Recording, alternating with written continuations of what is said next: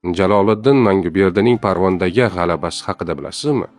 Otasining vafotidan keyin hokimiyatga kelgan Jaloliddin otasidan qolgan qo'shin qoldiqlari asosida janubda, hozirgi Afg'oniston hududlarida o'z qo'shinini qayta tashkil eta boshladi.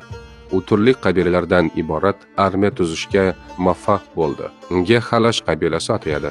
Boshlig'i Sayfiddin Igroq, Bal hokimi Azam Malik, afg'onlar lashkarboshi Muzaffar Malik va boshqalar kelib qo'shildi. Ularning har biri katta qo'shinlarga ega edi. Jaloliddinning o'zi 60 ming kishilik qo'shinga boshchilik qilgan. Ular Qandahor yaqinida Mo'g'ullarni mag'lub etib, G'aznaga yo'l oldilar. 1221-yil yozida esa Toxariston hududida Mo'g'ullarga yana zarba berdilar. Bunga javoban Chingizxon ukasi Shiga Qutxuni Jaloliddinga qarshi yubordi.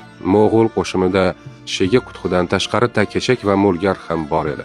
Ularning qo'shini taxminan 40 ming kishidan iborat bo'lgan.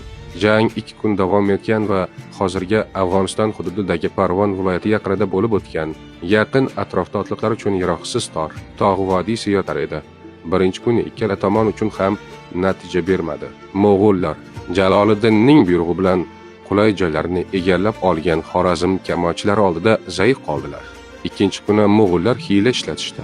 Ular mavjud otlarga kigiz va chaponlardan yasalgan jangchi haykallarni o'rnatishdi. Xorazmliklar dushmanga madad kuchlari yetib kelibdi deb o'ylashdi. Ammo Jaloliddin bu hiylani tushunib, ularni tinchlantirdi.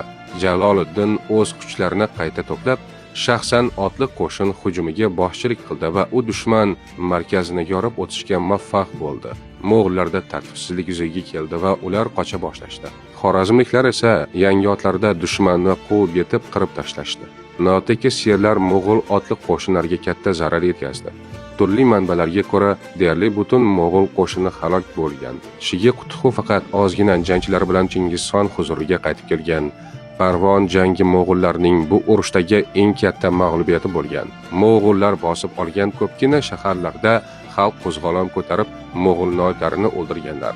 Bu g'alaba Jaloliddinning nomini butun mintaqaga yoydi.